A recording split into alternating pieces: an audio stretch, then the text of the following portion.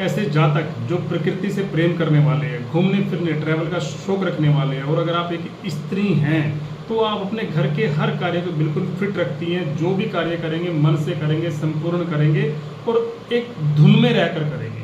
तो ये अच्छे संकेत हैं कि ऐसे इंसान के अंदर, क्योंकि वृषभ राशि की बात कर रहा हूँ मेरे साथियों, वृषभ राशि का साइन वैसे क्या होता है, बैल। तो ऐसे इंसान थोड़े मेहनती होते हैं, प्रकृति से प्रेम करने वाले होते हैं और अपनी धुन में काम करने वाले होते हैं। अच्छा भी है। सर्वप्रथम आप लोगों का बहुत ही ज़्यादा हार्दिक अभिनंदन करता हूँ आपका आपके अपने कार्यक्रम समय संकेत में। जी हाँ मेरे साथियों, मैं बात कर रहा था वृषभ राशि की। कैसा रहने वाला है जुलाई का माह, कैसा रहने वाला ही नहीं है, हर विषय पर मेरे साथ आपकी बारीकी से चर्चा होगी। बट आप जानिए, समझिए कि इस माह के अंदर क्या सावधानियां हैं जो आपको बरतनी है, कौन सा उपाय आपके लिए रामबाण साबित होगा, और जो ग्रहों का एक विशेष गोचर होने वाला है वो इस माह के अंदर आपकी लाइफ में क्या प्रभाव डालेगा।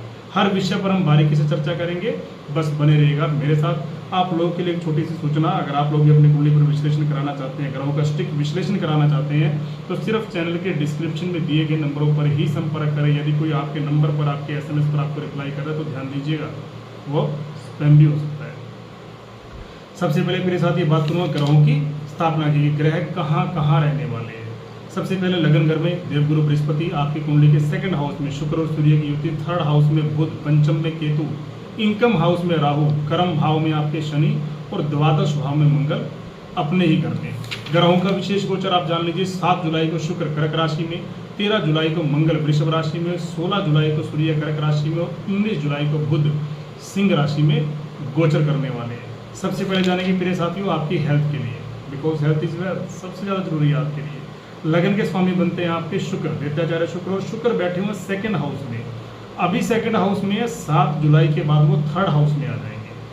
पराक्रम भाव में आकर वो एफर्ट्स थोड़ा आपसे ज़्यादा लगवाएंगे, ना आपको कोशिश ज़्यादा करनी पड़ेगी, थोड़ी भागदौड़ ज़्यादा हो सकती है, या मैं कहूँ काम की व्यस्तता हो सकती है। या और ये व्यस्तता यानी कि आप होता है ना कि इंसान काम में इतना ज़्यादा बिजी है कि वो खाने पीने पर ध्यान नहीं देता, या उसके ऊपर प्रेशर इतना कि उसको खाने पीने का ध्यान ही नहीं रहता। तो काम की व्यस्तता थोड़ी सी आपके स्वास्थ्य पर इफेक्ट डाल सकती है। मैं यही कहूँगा कि इस समय के अंदर आपको मैनेज करना होगा अपने काम को भी और अपनी हेल्थ को भी, और उस हेल्थ को मैनेज करने के लिए ध्यान देना होगा किस चीज़ का, अपने खान पान का।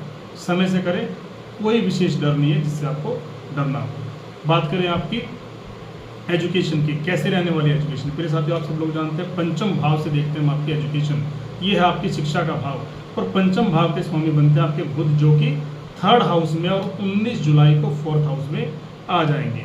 लेकिन आप इस चीज़ का ध्यान रखिए कि जब पंचम भाव में केतु है, केतु का काम क्या है, विच्छेद करना, दूरी पैदा करना। अब पंचम भाव में केतु क्या करेंगे, किस चीज़ से दूरी कराएंगे आपकी एजुकेशन से, आपके ज्ञान से। इंसान सही राह पर चल रहा है, सही मार्ग पर चल रहा है, उसको पता है कि मुझे ये करना है, फिर भी केतु आपके माइंड को डाइवर्ट कर रही है, आपको भ्रम में डाल रही है, क्योंकि इनका काम ही है विच्छेद करना।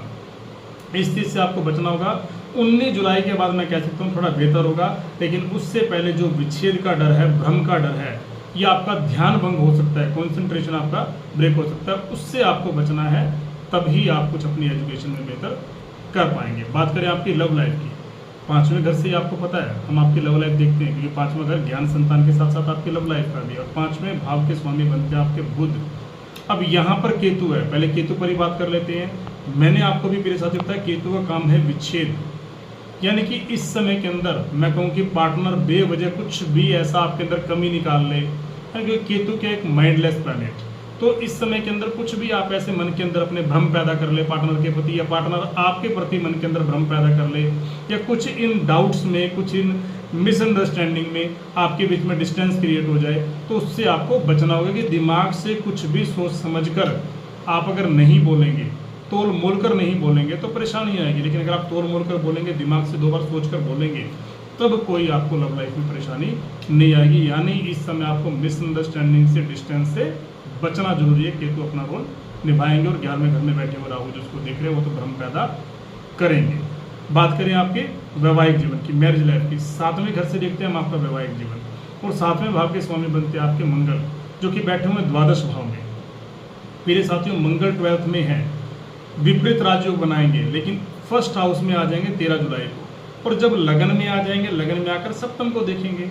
कहना ही क्या, बहुत अच्छी बात है भैया। अगर लगन में बैठकर अपने ही घर को देख रहे हैं तो उस घर की वृद्धि करेंगे, तो इस समय के अंदर एक अच्छा हस्बैंड वाइफ के बीच में कनेक्शन, एक अच्छी बॉन्डिंग, कोई आप दोनों की एक अच्छी ट्रैवलिंग है ना, कोई धार्मिक यात्रा, कैसी भी इस समय के अंदर अच्छा। और मैं कहूँगा कि इस समय के अंदर पार्टनर की सफलता, तरक्की की जो भी बनेगी, कि गुरु भी लगन में बैठकर 7th हाउस को देख रहे हैं तो वृद्धि ही करेंगे। यानी ये समय पार्टनर के लिए भी अच्छा और आप लोगों की बॉन्डिंग के लिए भी अच्छा, यानी कि मैरिज लाइफ बहुत बेहतर।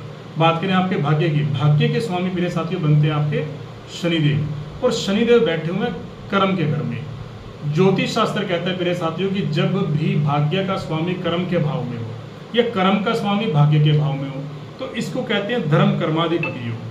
अगर धर्म, क्योंकि 9वां घर जो है सिर्फ भाग्य का नहीं है, वो धर्म का भी है।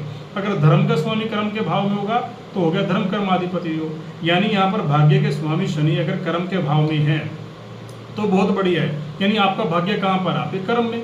कर्म कीजिए, भाग्य आपका साथ देगा, आपके हाथ में है। जितना आप कर्म अच्छा करेंगे भाग्य अच्छा होगा। और जुलाई में शनि जब वक्री हो जाएंगे तो उसके बाद ये 10th में बैठ करके आपको 9th का भी रिजल्ट देंगे, पिछले भाव का भी रिजल्ट देंगे, तो और ही बढ़िया है। तो मैं कहूँगा कि भाग्य के लिए बहुत बढ़िया। गुरु की दृष्टि, शुक्र भी आपको पता है कारक ग्रह होकर वो भी दृष्टि डाल रहे हैं। 9th पर बुध की दृष्टि भी देखेंगे।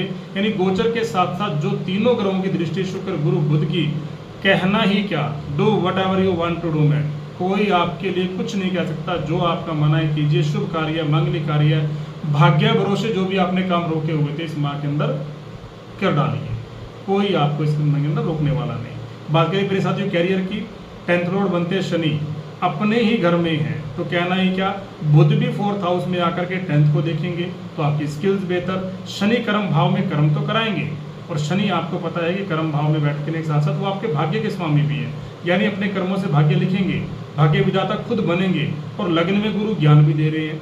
जब लगन के गुरु ज्ञान दे दें, 4th के बुध आपको स्किल्स दे दें, भाग्य आपके साथ है, तो कैरियर के लिए सोचना क्या, प्रश्न ही क्या। लेकिन कर्म तो दोस्तों करना पड़ेगा। और वैसे भी वृषभ राशि के इंसान हैं तो मैं ये तो कहूँगा नहीं कि आप कर्मठ नहीं है, कर्म तो करते ही हैं, क्योंकि आपका साइन ही बैल है।